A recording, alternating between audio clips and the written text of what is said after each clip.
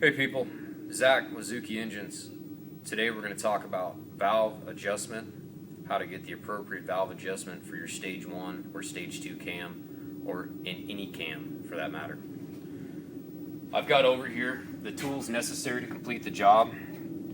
We'll need a 12mm wrench to do the adjuster nut. Obviously we've got our feeler gauge. For our application, it's a .008 for the performance cams. Got a flathead screwdriver.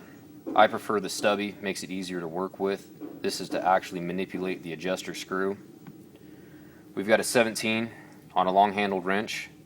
This is to turn the crank bolt so that we can rotate the engine and make sure we're on the right spot of the cam. You'll also need a 10mm. Don't necessarily need it on an impact gun, but you'll need a 10mm to get the valve cover bolts off. The language we're going to be talking about concerning the camshaft is what's called the lobe and then the round portion, also known as the butt of the lobe. So we've got the lobe, aka the pointy part, and then the butt, aka the round part. All of our adjustments are going to be made with the lobe at the extreme 6 o'clock position so that we're adjusting on the round part of the lobe.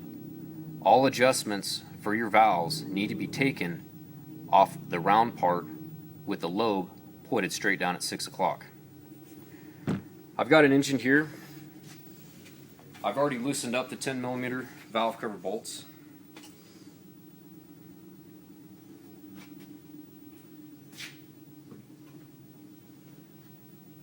I also like to do this adjustment with the timing cover off. That allows us to have full access to our timing marks, which obviously are very critical if we have not stabbed the distributor yet. We need to make sure that the marks are at or stay at the 12 o'clock, both on the lower crank pulley and 12 o'clock as indicated by the hash mark on the cam pulley. You'll notice that I've got red X's on these rocker arms. This engine has actually already been adjusted, but we're going to go ahead and loosen it up and show you the proper way, or the way that I do it. With my 17mm, we get on the crank bolt so that we can rotate the engine. And what we're going to be looking for is to rotate the engine so that the lobe on the camshaft, again, is at the 6 o'clock position. If you look down here, you'll see that the lobes are basically set for timing, but we're going to go ahead and rotate those around so that we can adjust these rocker arms all over again.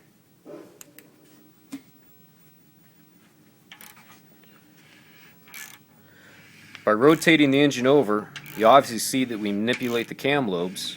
With the timing belt connected, everything moves in sequence. You'll notice that my number 1 intake arm is now perfect as far as the lobe at the extreme 6 o'clock position.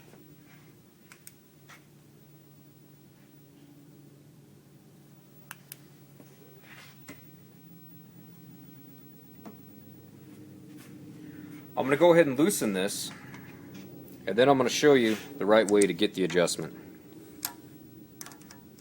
We'll go ahead and back this off.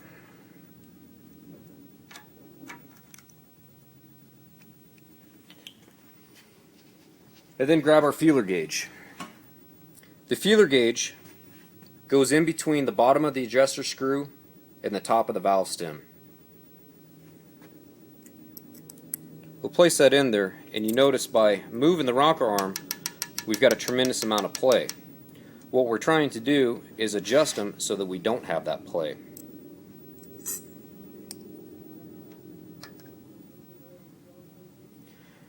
By moving the adjuster screw in the clockwise position, it essentially does just that. Screws itself down on top of the valve stem.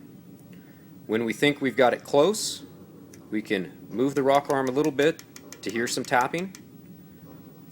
Check the process by putting the feeler gauge in between the valve stem and the adjuster screw. The gauge should slip in with a little bit of pushing required. You do not want it sloppy, and obviously you do not want it too tight. I will leave the feeler gauge in there until I'm done, so that when I pull it out, if it's too tight, we've adjusted too much. If it's too loose, we need to readjust. I believe that I'm in about the right spot. I can feel that it has a little bit of tension, and that's perfect. On the stage 2 or the stage 1 cams, you'll notice that the adjuster nut itself is located on the bottom side of the rocker arm. We do that because this is a high lift, high duration camshaft, and if we were to put the nut in the factory position up top, we'd only be catching a few threads, which potentially could be an issue, and we could, in theory, strip out the adjuster screw itself or possibly the nut, resulting in a valve failure. Again, I'm pretty confident that I've got it in the right spot. We'll hold the adjuster screw with the flathead screwdriver. What you don't want is the adjuster screw to move as you're tightening the bolt.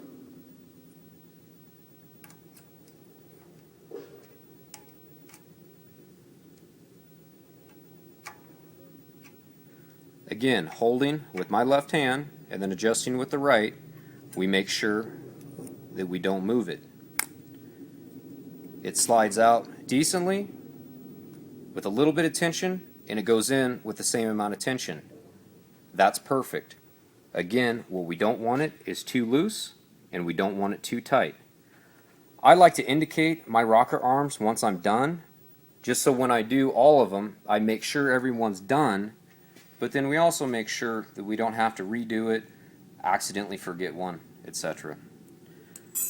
The torque value that I put on these nuts is really hard to give you an actual number. What I do is just make sure it's good and tight. We don't want to over tighten, but obviously we don't want to leave it loose. So just a good tight and then a little bit more of a snug, basically like what we do with a spark plug, if not a little bit more, is perfect. We can then click the rocker arm up and down, and a fine little tap is perfect.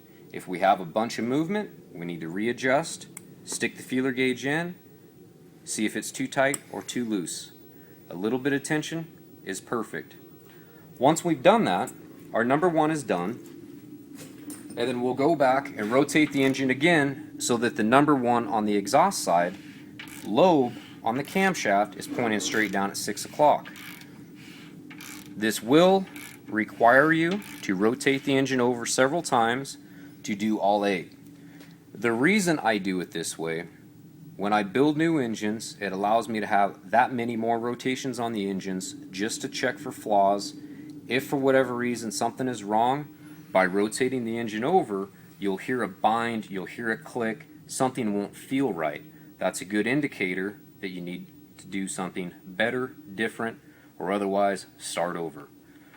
So again, we've got the lobe at the extreme 6 o'clock position. All the tension is off the spring. Again, this one has already been adjusted, but we would do the same process here and then all the way down for all of them like we did for number 1. Again, I leave the timing cover off so that we can check once we're all the way done that we get the timing set back up. Perfect. The initial timing is very important. You'll notice that in my rotation, we've got the lower crank gear at 12 o'clock, but our hash mark is now at 6 o'clock. In this instance, we need to rotate the engine over one more time to get the lower crank dot at 12 and to get this hash mark at 12. By having a 12 o'clock and 12 o'clock with the hash mark, your engine will fire on the number 4 in the cap. So I'll rotate this engine over.